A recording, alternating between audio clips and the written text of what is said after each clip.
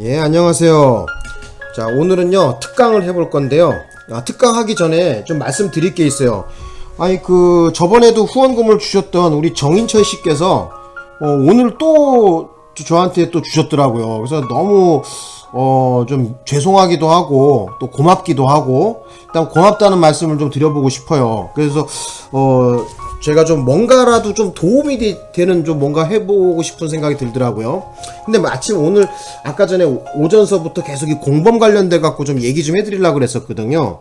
그래서 이 시간을 마련했는데 공범의 형태를 막상 현직 경찰관이건 검찰관이건 법원직 직원들한테도 물어보면은 명쾌하게 설명하는 친구들이 하나도 없어요. 수험생 때는 그렇게 잘 딸딸딸 외웠는데 이 직원이 되고 나서는, 그죠? 현지 수사직을 맡는 분들도 막상 설명해보라 그러면은 잘 설명 못 하시는 분이 많아요. 물론 뭐 잘하시는 분들도 있죠. 근데 이제 전반적으로 봤을 때 개념이 잘 안 쓰신 분들이 많아요. 그래서 특히 그 수사직을 담당하실 분들은 이 공범의 형태에 대해서는 빠삭하게 알고 있어야지 돼요. 그리고 이론적으로나 아니면 실무적으로나 머릿속에 딱 잡고 있어야 조사하실 때도 어떤 부분을 어떻게 조사해야지 된다. 그죠?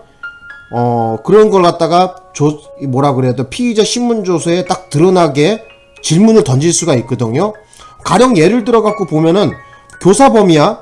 교사범이면 뭐야? 범죄의 마음이 없는 자를 범행의 마음을 가지게 만들어야 된 이런 부분이 피의자 신문조서에 드러나야 된단 말이에요. 근데 조사했는데 이런 내용이 빠져있다. 그러면 교사범으로 인정을 못 받는 거지. 그죠? 만약에 어떤 서너 명이 범죄를 저질러서 왔어. 그러니까 물어보니까 서로 같이 떼그지로 범행을 저질렀는데 딱 보니까 이거 공동정범 같아. 그러면 공동정범이라 그러면 조사할 때 어디에 포커스를 맞춰야 돼요? 바로 가장 핵심인 기능적 행위지배죠.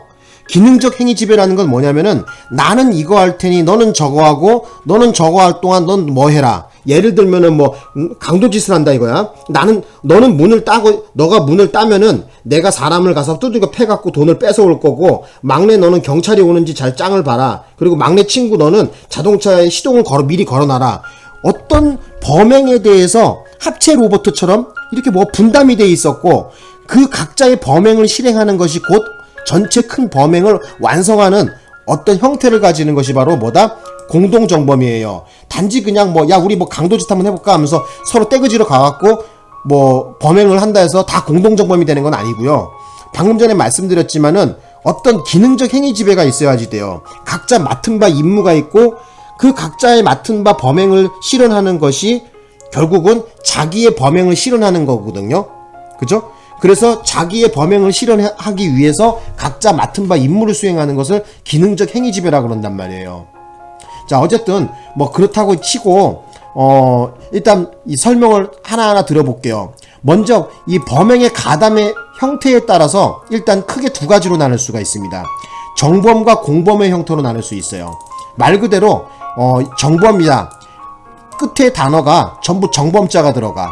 그러니까 단독정범, 간접정범, 공동정범 전부 다 정범자 들어갔죠? 그죠? 자, 단독정범의 단, 간접정범의 간, 공동정범의 공, 단간공, 좀 발음이 좀 그런가? 난 옛날에 간단공 이렇게 해도 했는데, 근데 단독정범이 시험에 안 나오겠죠? 그죠? 이런 거 시험에 내주질 않겠죠? 그죠? 간공으로만 알아두죠. 단독정범은 시험에 안 나오니까. 혼자서 저지르는 거니까 이거를 시험 문제 낼 일은 없겠죠? 그죠? 근데 시험에 나온다고 한다면은 공범 형태에서 바로 이 간접정범, 공동정범을 잘 물어보겠죠. 자, 간접정범은 우리 형법 제34조에서 규정하고 있거든요. 여기다 적어볼까요, 제가? 형법 제34조에서 규정하고 있습니다. 형법 제34조에서 규정하고 있는 것이 간접정범이거든요. 이 간접정범은 조문에 어떻게 나와 있냐면은 어느 행위로 인하여 처벌되지 아니하는 자 또는 과실범으로 처벌되는 자를 교사 방조하여 이랬단 말이에요. 그래서 어느 행위로 인하여 처벌되지 아니하는 자. 자, 여기서 어느 행위로 인하여 처벌되지 아니하는 자, 과실범으로 처벌되는 자의 동그라미 해봐. 이 자라는 것은 사람을 얘기하는 거죠. 만약에 여기서 사람이 아니라 원숭이나 앵무새 이런 걸 갖다가 범행을 교육시켜갖고 범행을 저지른다고 한다면은 그거는 간접정범이 아니라 직접정범이죠. 그 짐승은 바로 원숭이나 앵무새 이런 것은 뭐야? 하나의 수단으로 사용한 거란 말이에요. 그죠? 짐승을 사용하게 되면 그것이 아니라 우리 34조에서 말하는 것은 바로 어느 행위로 인하여 처벌되지 않은 자, 사람, 피플을 얘기한단 말이야. 과실범으로 처벌되는 자, 사람을 얘기한다고. 그래서 원숭이를 범죄 교육을 시킨다든지 앵무새를 범죄 교육을 시켜서 범죄를 저지르는 것은 간접정범이 될 수가 없습니다. 되셨나요? 예. 여기서 34조에서 말하는 것은 사람을 갖다가 말하는 거예요. 그래서 짐승은 해당 사항이 없다는 거예요. 자, 그리고 여기 보시면은 그 형태가 어떻게 돼? 간접정범의 바로 방식의 형태는 교사 또는 방조하여 이랬거든요. 교사라는 단어를 제대로 알고 있어야 되고 방조라는 단어를 제대로 이해하고 있어야 바로 34조에 나와 있는 간접정범이라는 것을 제대로 이해하겠죠. 그죠? 그래서 대표적인 샘플 케이스를 좀 기억하고 계시면 여러분들이 시험장에서 아무래도 큰 힘이 되거든요. 그래서 저는 항상 이 강의할 때 대표 샘플을 뭐를 갖다가 많이 알려드리냐면은 예를 들어서 그러니까 어느 행위로 인하여 처벌되지 아니하는 자, 뭐 경찰이라고 봅시다. 그죠? 경찰. 길 가는데 도둑놈도 아닌데 경찰 아저씨, 저놈이 내 가방 훔쳐간 놈이에요. 저놈 좀 체포해 주세요. 그러니까 어떻게 돼요? 경찰이 가갖고 그 남자를 갖다 때려 눕혀갖고 체포했단 말이에요. 자, 이 경우에 보시면은 그래요.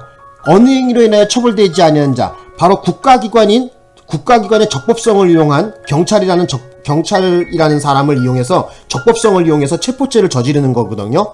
그죠? 대표적인 샘플을 좀 그렇게 기억하시면 될 것 같아요. 자, 그 다음에 이제 공동정범에 대해서 말씀을 드리고 싶은데, 아까 전에도 말씀드렸지만 우리 조문에는 2인 이상이 공동하여 죄를 범한 때 이렇게 나왔는데, 어쨌든 혼자 한 명이 등장하는 건 아니야. 반드시 공동정범이 되려면 2인 이상, 2명 이상이 필요해. 3명, 4명, 5명, 6명. 어쨌든 2명 이상이 돼야 된다는 거예요. 최소한 없어도 몇 명? 2명이 돼야 된다는 거야. 이것이 바로 공동정범이죠. 그래서 아까 얘기했지만은 공동정범이라 그래서 뭐 예를 들어서 A라는 사람과 B라는 사람이 자, 이거 깨끗하게 하고 설명 다시 드려볼게. 자, 보자. 자, 이렇게 한번 좀 보자. 만약에 예를 들어서 갑이라는 사람과 을이라는 사람이 있다고 봅시다. 자, 갑이라는 사람과 을이라는 사람이 있는데, 자, 서로 간에 갑이라는 사람이 을 보고, 야, 우리 이번 크리스마스 때 은행강도 한번 해볼까? 이렇게 서로 말을 나눴는데, 그래, 우리 하자! 이렇게 말만 나눈 거 갖고는, 말 나누고 범행으로 들어간 것만으로는 공동정범이 될 수가 없어요. 공동정범이 되려고 하면은 여기 제가 적었지만 핵심적인 사항이 뭐냐면은 기능적 행위 지배가 있어야 됩니다. 그래서 예를 들면 그거야. 야, 나는 오토바이하고 뭐 도라이바 칼하고 이런 거 준비해 올 테니까 너는 내가 그 은행을 터는 동안 너 경찰이 오는지 뒤에서 짱을 봐라. 그리고 내가 딱 훔쳐갖고 물건 갖고 오면은 너는 그때 오토바이 시동 걸었다가 바로 도망칠 수 있게 대기하고 있어. 어떤 각자의 맡은 바 임무를 여기다 좀 적어볼까? 자, 이렇게 적어보자. 각자의 맡은 바 임무를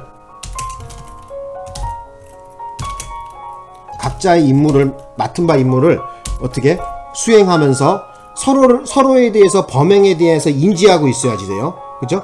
범행에 대해서 인지하고 있고, 그리고 자기 범행을 실행해야 돼. 각자의 임무가 나누어져 있고 자기 범행을 실현하는 것이 곧 뭐예요? 전체 범행을 완성한다는 어떤 이러한 형태가 바로 뭐다? 바로 공동정범이거든요. 그래서 각자의 임무를 논아갖는 그 행위적 어떤 기능적 행위 지배가 있어야지 돼요. 나는 이거 할 테니 너는 저거 해라. 이것을 바로 기능적 행위 지배라 그래요. 그래서 무작정 그냥 갑과 을이라는 사람이 서로, 야, 우리 은행강도 한번 해볼까? 서로 말 나누고 다음날 은행강도 그냥 기능적 행위 분담이 없이 그냥 가서 뭐 이렇게 저질렀다. 그거는 공동정범의 형태라고는 좀 보기 어렵고, 한 사람이 뭐 주도해서 뭐를 했다 이러면은 한 사람은 정범, 한 사람은 방조범 이렇게 될 확률이 높아요. 공동정범이 되려고 한다면은 서로 어떠한 것을 각자의 임무를 논아 가져서 자기의 범행을 실현하는 요 틀에 들어와야지 공동정범이라고 할 수 있다 이거야. 그래서 오늘 대법원 판례에서도 봤는데 김건희 사건 같은 경우에도 보니까 바로 그 기능적 행위 지배, 그죠? 공동정범으로 인정하려고 할 수 있는 부분이 없다 이거예요. 그것을 특검이 뭐라 그러죠? 예, 증거를 제대로 제시를 못했겠죠. 피력을 못했겠죠. 그러니까 공동정범이 안 된 거거든요. 그래서 공동정범이 된다는 건 어쨌든 다시 한번 말씀드리지만은, 자, 각자의 임무를 기능적 행위 지배로 인해서 논아 가지고 자기의 범행을 완성한다는, 실행한다는 이러한 것이 있어야지 바로 공동정범이 될 수 있습니다. 자, 그 다음에 이제 공범에 대해 볼게요. 끄트머리가 공범이자가 들어가고요. 자, 대표적인 우리가 말하는 공범이라 하면 바로 교사범과 방조범을 말합니다. 그래서 우리는 통상 이것을 임의적 공범이라고도 하는데, 교사범에 대해서 좀 설명을 좀 드려볼게요. 교사범이라는 것은 뭐냐면은 범죄의 마음이 없는 자를 범행의 마음을 가지게 하는 거야. 그래서 이런 경우는 교사가 되지가 않아요. 예를 들어 갖고 뭐 이런 거야. 야 길동아, 너 인철이 좀 후들겨 패갖고 좀 병신 좀 만들어줘라. 그렇게 얘기했더니만 길동이라는 애가 뭐라 그래요? 형님, 안 그래도 그 새끼 건방져갖고 제가 손 좀 봐주려고 그랬었어요. 내일 제가 후들겨 패갖고 어디 병신 만들라고요. 자, 이렇게 하면은 이 교사가 안 된 거야, 이거는. 애당초 이 인간이 지금 뭐예요? 길동이라는 애가 범죄의 마음을 갖고 있었죠? 그죠? 인철이라는 애를 갖다가 어디 상해를 가할 이런 마음을 갖고 있었던 거 아니야. 교사가 안 된 거야, 그거는. 교사범으로 볼 수가 없죠. 단지 뭐야? 그런 경우에는 범행의 마음을 더 단단히 먹게 하는 바로 방조 정도로 봐야 되겠죠. 그죠? 예. 자, 그리고 밑에 거 봅시다. 이제 방조범 얘기인데, 방조범은 어쨌든 여기 방조의 조자는 한자로 쓰면 무슨 조자냐면은 우리 돕다 조자예요. 우리 조수 그러잖아. 그죠? 뭐 조교수 또는 뭐 조수 뭐 이런 얘기 하잖아. 학교에서 뭐라 그래요? 학교나 이런 데서 우리 조교로부터 훈련된 조교로부터 시범을 봅시다. 뭐 할 때 조교. 군대에서도 조교라 그러잖아요. 그 왜 뭐라 그래야 돼요? 우선 시범 보이고 하는 사람, 그죠? 시범 보이는 군인이랑 조교라 그러잖아. 그래서 방조의 조자는 돕다 조자야. 도와주다 조자. 그래서 방조범 또는 종범이라고도 해. 그죠? 정범을 따라간다 해갖고 종범이라고도 해. 내가 여기다 적어볼게. 내가 이게 종범. 자, 같은 말이야. 자, 이거 종범이라고도 그래. 되셨나? 이렇게 해볼까? 종범이라고도 해. 그래서 이 방조범이라는 것은 주로 어떤 거냐면은 그 돕는 형태, 범죄를 용이하거나 돕는 형태가 돕거나 용이하게 하는 걸 종범이라 그러는데, 그 범죄를 직접 하던 간접이든 무형이든 유형이든 어쨌든 방법에는 상관이 없어요. 그 범행에 대해서 용이하고 범행을 돕는다는 것만 맞으면 맞아요. 돕는다는 것만 있으면 됩니다. 되셨나요? 용이하거나 돕는다는 것만 있으면 바로 방조범이 성립하는 거예요. 뭐 예를 들면은 뭐 이런 거야. 은행 경비를 하고 있는데 갑자기 뭐가 사이렌이 울렸어요. 1층에 내려가 보니까 삐삐삐삐 거려. 딱 보니까 고향 후배가 은행을 털러 왔어. 근데 딱 보니까 좀 뭐라 그래. 고향 후배가 아이고 선배님 안녕하세요 인사도 해. 너 어쩐 일로 여기 왔냐 했더니만, 제가 좀 사정이 생겼고 돈이 필요해서 은행 털러 왔습니다 했더니 에헴 하고 모르는 척하고 넘어가는 거. 그죠? 이런 경우 전부 다 뭐예요? 방조하는 거죠? 그죠? 절도를 방조하는 거 아닙니까? 그래서 이 은행 경비는 뭐야? 바로 절도의 방조범이 되는 거겠죠. 또 이런 것도 방조범이죠. 보이스피싱을 하는 나쁜 놈이 있는데 그놈한테 야, 너 보이스피싱 그렇게 하는 거 아니야? 이렇게 해야 돼. 내가 해킹 기술을 전수해 줄게. 뭐 이러는 거. 어쨌든 그 범행을 직접이든 간접이든 유형이든 무형이든 돕거나 용이하게 하는 것을 전부 다 방조범, 종범이라고 합니다.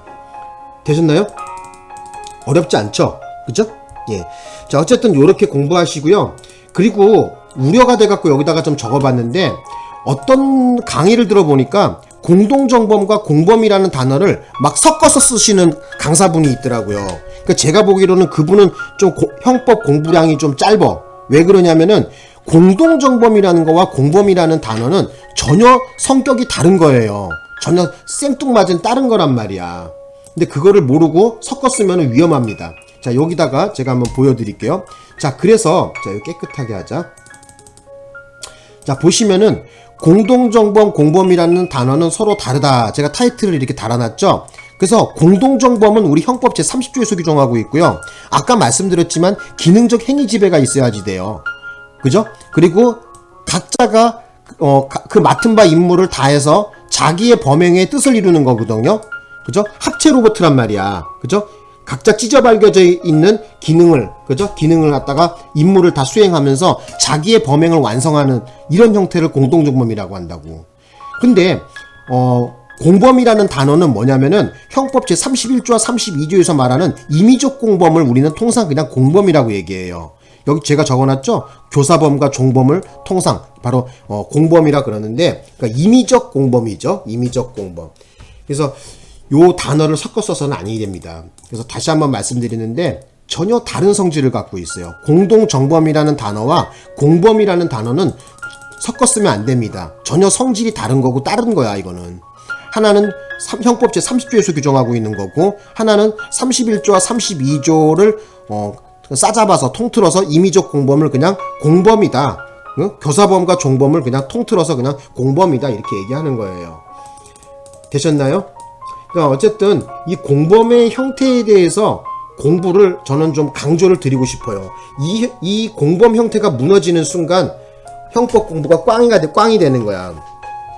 어떤 분이 저한테 그러더라고요. 선생님, 형법 공부를 잘하고 싶은데 맨날 70점 수준에서 머무르더라고요. 저는 왜 그럴까요? 맨날 고민을 해. 형법을 잘하려고 한다면은, 그죠? 가장 중요한 파트가 뭐냐면은, 제일 중요한 것은 일단, 뭐니 하더라도, 고의, 당연히 공부해야 되겠죠. 그죠? 고의 공부하고, 구위책, 구속요건, 위법성, 책임성. 당연히 구의책을 잘 따질 줄 알아야 되겠죠. 그죠? 따질 줄 알아야 되고, 또 하나, 가장 중요한 파트는 뭐냐면요. 미수론. 그죠? 미수, 공범, 그 다음에 죄수. 미수, 공범, 죄수. 자, 이게 형법의 거의 하이라이트라고 할 수 있어요.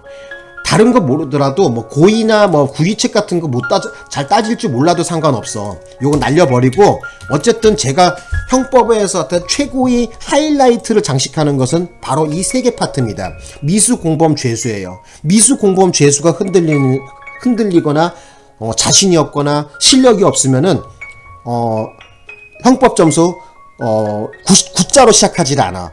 9자로 시작하는 95점, 93점, 95점, 97점, 9자로 시작하는 점수를 받고 싶으면은 미수, 공범, 죄수를 변호사보다도 더 공부를 더 빡세게 해야 된단 말이야. 수험생 때는. 수험생이 오히려 더 어떻게 돼요? 공부가 더 빡세게 많이 머릿속에 담겨 있어. 오히려 합격하고 나면 똘대가리가 되는 거야. 공부를 안 하거든, 합격하면은. 그래서 젊었을 때 한번 고시 한번 합격하고 나서 평생 사람들 울거먹고 살거든요, 다들. 변호사 돼갖고. 근데 어쨌든 여러분들한테 당부드리고 싶은 것은 형법을 잘하려면은 이 세 개 파트가 매우 중요하다는 것을 좀 강조드리고 싶어요. 그래서 오늘 공부한 것은 이 공범에 대해서 큰 개관만 알아본 거야. 어렵지 않죠, 그죠?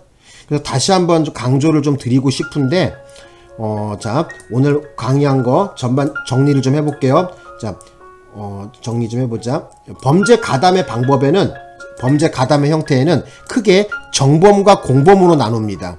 정범과 공범으로 나누어서, 자, 말 그대로 정범은 끄트머리에 정범자가 다 들어가. 그래서 단독 정범, 간접 정범, 공동 정범 다 정범자 들어가죠. 그죠? 되셨죠? 그리고 간접 정범은 다시 한번 말씀드리지만 어느 행위로 인하여 처벌되지 아니하는 자, 과실범으로 처벌되는 자를 어떻게 해야 되는 거야? 교사 또는 방조의 형태로 행위 태양으로 저질러야 된다는 거고요.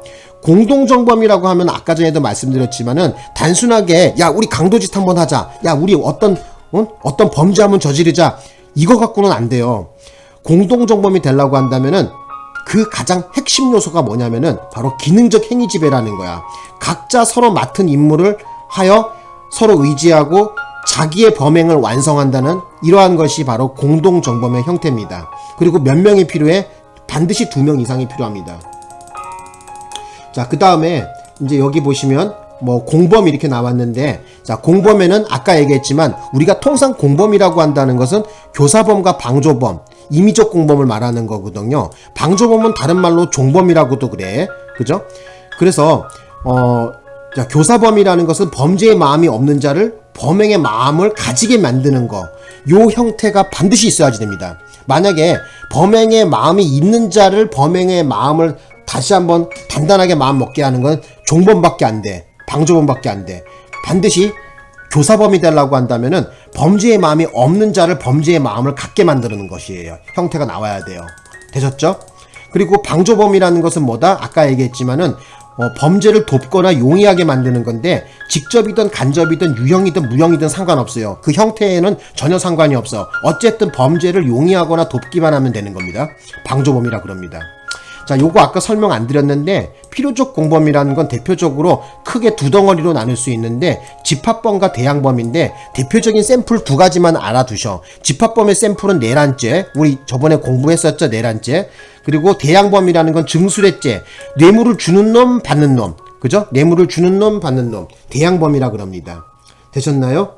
자, 그래서 오늘 이 공범에 대한 형태를 좀 살펴봤는데, 좀 꼭 좀 공부 좀 하셨으면 하고, 글쎄요, 제가 요 화면을 잘 보여드릴 테니까 캡처를 떠서 좀 공부를 좀 하셨으면 합니다. 손님이 와서 오늘 여기까지 수업을 마치겠습니다. 고맙습니다.